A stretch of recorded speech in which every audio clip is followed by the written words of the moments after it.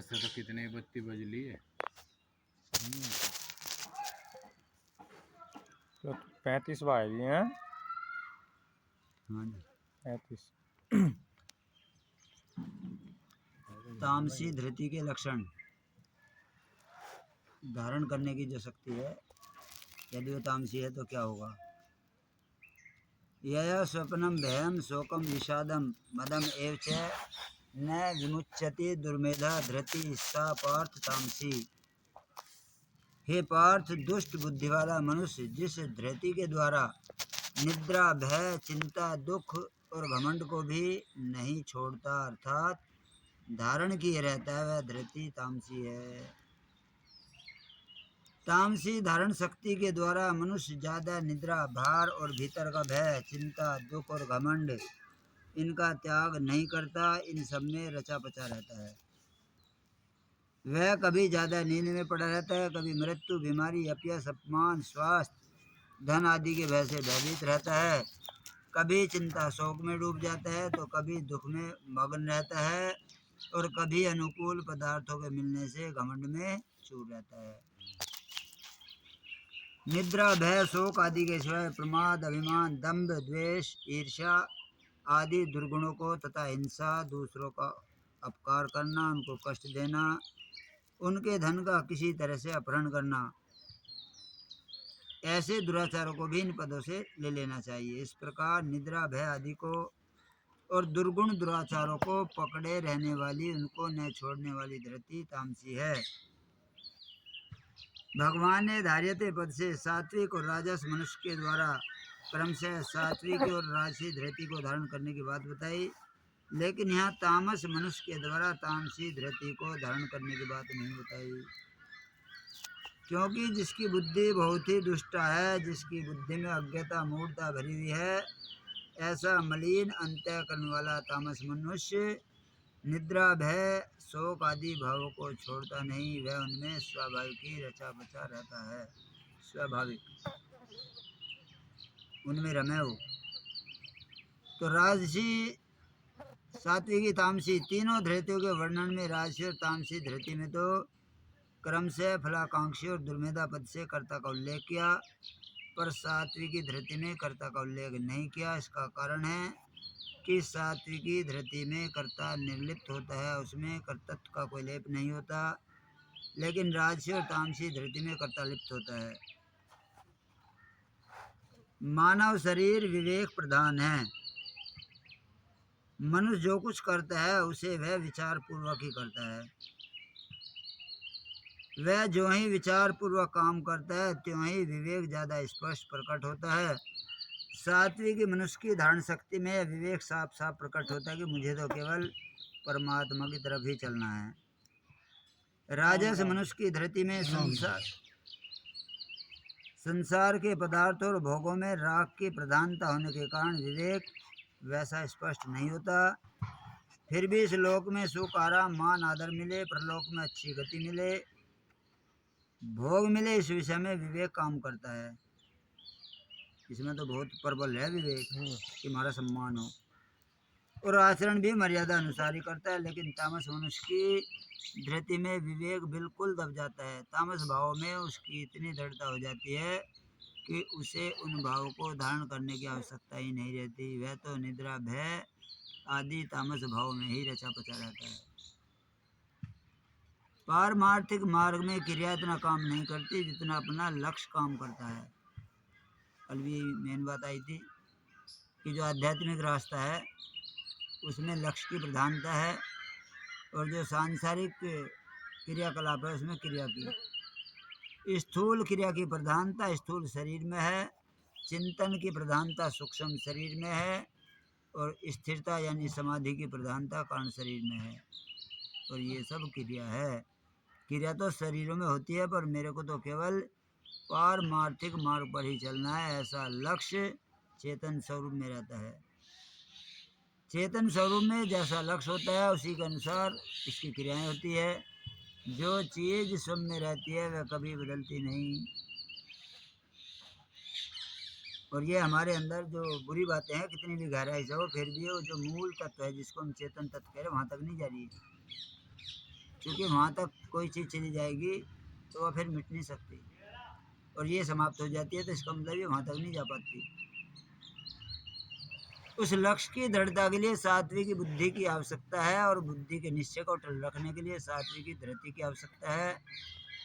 इसलिए यहाँ 33वें श्लोक तक, 30वें से 35वें श्लोक तक कुल 6 श्लोकों में 6 बार पाठ संबोधन का प्रयोग करके भगवान साधक मात्र के प्रतिनिधि अर्जुन को चेताते हैं कि हे प्रतानंदन, लौकिक वस्तु और व्यक्तियों के लिए चिंता ना करके तुम अपने लक्ष्य को दृढ़ता से धारण किए रहो, अपने में कभी भी राजस तामस भाव न आने पाए, इसके लिए सदा सजग रहो।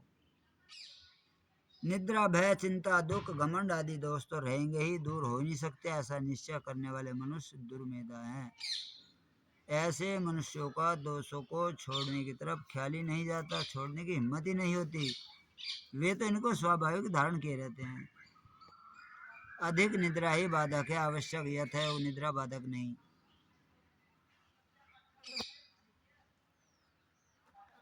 मनुष्यों की कर्मों में प्रवृत्ति सुख के लोभ से होती है। सुख कर्म संग्रह में हेतु है। तो आगे के 4 श्लोकों में सुख के भी भेद बताए गए हैं। सुखम त्रिविधानिम त्रिविधम श्रृणु में भरतर सब अभ्यास आद्रमते यत्र दुखांतम च निगच्छति यत् अग्रे विषम एव परिणामे अमृतोपमम तत्सुखम सात्विकम प्रोक्तम आत्मबुद्धि प्रसाद्यम।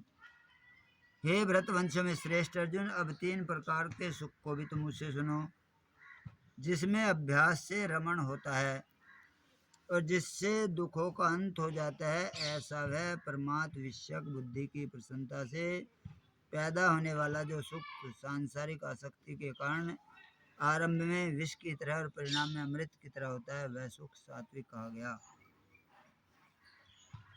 तो इसके लिए अभ्यास की जरूरत बताई। अभ्यास से इसमें रमण होगा। कुछ चीज़ों को छोड़ना है, कुछ को ग्रहण करना है। तो भरत और सब संबोधन को देने में भगवान का भाव यही है कि भरत वंश में श्रेष्ठ अर्जुन, तुम राजस तामस सुखों में मोहित होने वाले नहीं हो, क्योंकि तुम्हारे लिए राजस तामस सुख पर विजय करना कोई बड़ी बात नहीं।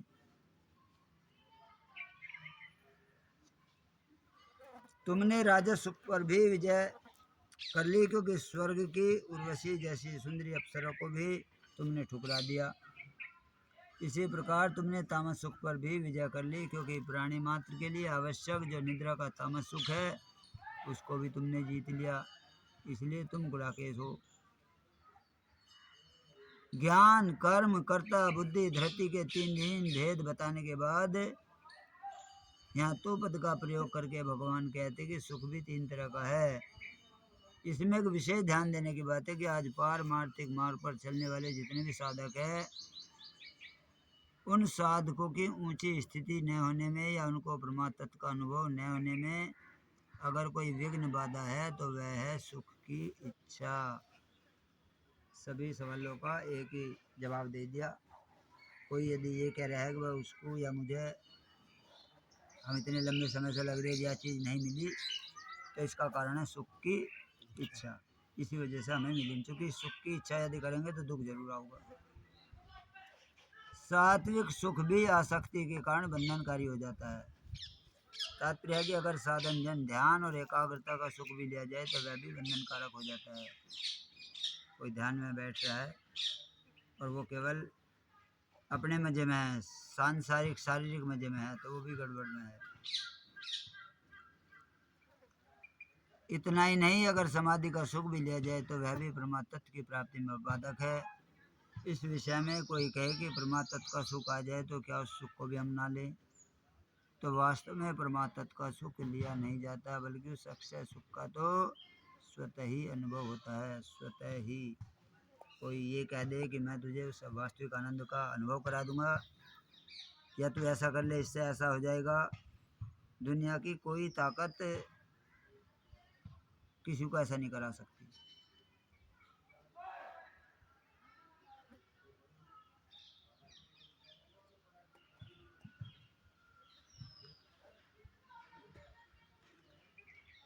साधन जन सुख का भोग न करने से भी अक्षय सुख स्वतः स्वाभाविक प्राप्त हो जाता है। यहाँ इदानीम कहने का अर्थ है कि अर्जुन संन्यास और त्याग के तत्व को जानना चाहते हैं।